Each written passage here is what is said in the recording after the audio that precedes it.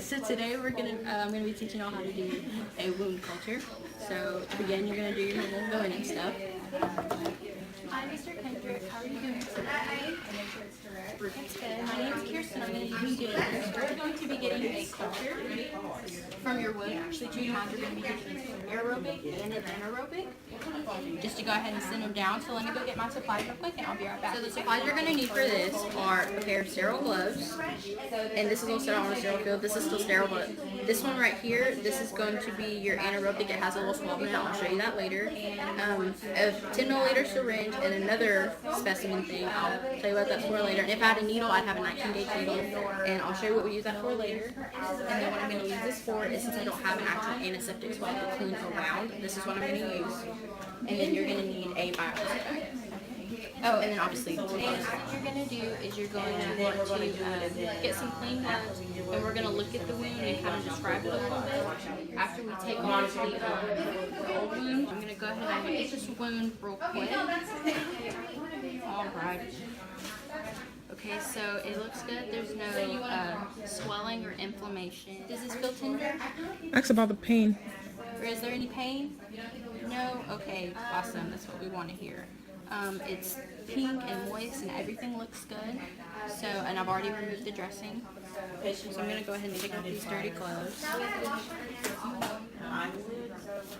Wash my hands again if I could reach.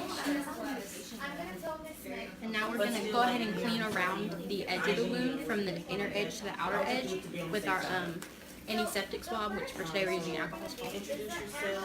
And this is to get all the old dry exudate off. I'm going to go ahead and clean around edges, and we'll use the other side to make sure it's clean. Alright, so that's clean, and now we're ready to get our specimen. So we're going to go ahead. Do you mind if I open these sterile gloves up on you? No? Okay, cool. Now that we have our sterile gloves, we're going to go ahead and get our specimen. So this one, what we're going to get today is an aerobic specimen. So you take this, and everything's sterile. Alright, Mr. Johnson, I'm going to insert this to the top part of your wound. By the way, aerobic is more the top outer part of the wound, whereas anaerobic, and I'll kind of show you a little bit of that here in just a second, that's more the inner, deeper part of your wound, but I'll show you all.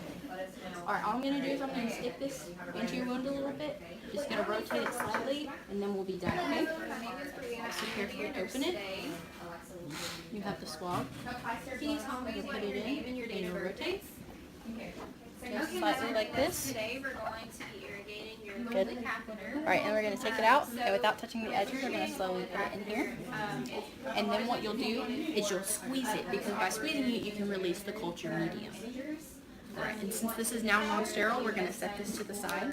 Anaerobic, you could do it the same way, but also another way to do anaerobic is you can take a 10 milliliter syringe, and what you'll do is you'll put it into the deeper part here, and you'll take out about 5 to 10 milliliters of the exudate.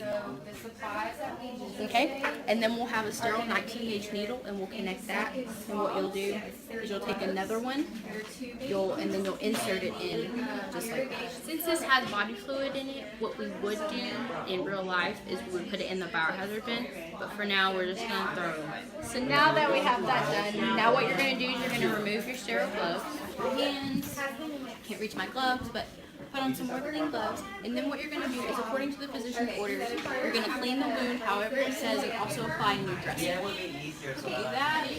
Okay, Mr. Johnson, you have the new thing on. How are you feeling? Good? Okay. Now go ahead and remove the bed. Wash your hands again. But before you leave, you would label your specimens, but also before you send them away, make sure you verify the label with your patient. Alright, Mr. Johnson, I'm just going to verify this with you real quick. Kendrick Johnson, you're male, you're about 25, you're in Lamar Dishman Hospital. It's about 4:30, and today is March 27th, and we thought an aerobic culture for you. Is that correct? Okay, awesome. So then what you'll do, whichever cultures you have, you would probably do this with gloves on, not without gloves, but I can't reach them. You would put this in here, label it with whatever else you need to, and then immediately send it down to the lab. Awesome. Now, say you were doing this with a pediatric patient, what you would want to do is let a parent or a guardian be there with them to kind of maybe hold their hand or comfort them. And also, if you know it's going to be painful for them, try to do the procedure in a different room or somewhere outside of the room so that they know that their room is a safe space. Hi, my name is Adijang Jabong. I'll be your student nurse for today. I see you met my colleague, Kirsten. Well, today I will be getting your throat. You know what? Let me check your name. May I have you say your name for me? Okay, and your date of birth? Okay. Today I have a doctor's order to give you your to get a sample from your throat and your nose. Okay, do you have any questions or concerns? No? Alright, go ahead with my gloves.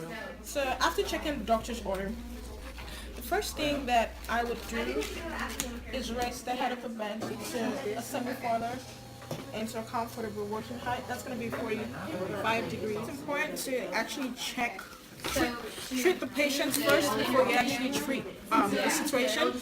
So the first thing that I'll do is assess the client and see if she's in pain and she has anxiety and all of that. That's going to help me collect the sample if I know what level she is right now. So how are you feeling? Are you in pain? Are you uncomfortable with what I'm about to do? Is it okay? Okay, patient agrees that it's okay. So I'll go ahead and collect the sample. And one more thing.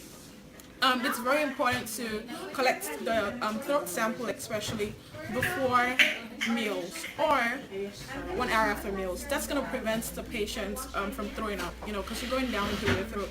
So I'll go ahead and get this, and I'll verify what the doctor's the doctor's orders. Make sure that that's what I'm supposed to do. May I have you say "ah" for me? Alright, so I'm checking for the tonsils. I want to see if there's any swelling and everything, and it helps me to know where I'm assessing, because I'm looking for where the most exudate is or there. Get the tongue suppressor so you can know where you're going, and try to avoid touching every other part of the wound. Just go straight where you're going, right by the tonsil where the exudate is. Roll it and take it right out. That's it. I'll throw this in the trash, and I'll collect it. Now I'll time level and verify with the patient. This is your name, this is your age, this is where I'm getting this, and I'll verify all of that, and then I'll keep it aside. And I'll go ahead and get the nose. So breathe in for me. Breathe out. Where do you feel the most pain? Because you don't want to go picking on where the patient has the most pain, but you're going to look for where is the most patent side of the nose, and that's where you're going to go. I'm going to choose this part because it's closer to me. Now I'll check the nose again. Alright. So I'm going into your nose, okay? This might feel uncomfortable, but bear with me. Make sure you work out, because this can be really hard if you haven't. Alright, so I've gotten the sample. I'm going to name it, time, verify with the patient, make sure that I have all the information needed, and I'm going to send this to the lab immediately. Any other things that had anything to do with the patient's body fluid would be in the biohazard.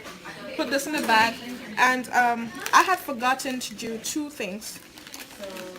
The first thing was put a tissue right here and have the patient hold it, and this is for the gag reflexes. The patient's, you're going into the patient's throat, and you want to be careful not to make the patient throw up. You have to make sure that the patient, you're not leaving the patient worse than you met the patient, and make sure the patient is comfortable. The pain hasn't increased more than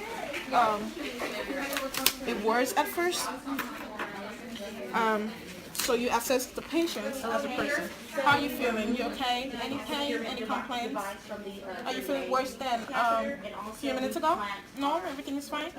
Alright, well, I would quickly get this So you put the patient back to a comfortable position To wash my hands, of course. and send this to the lab.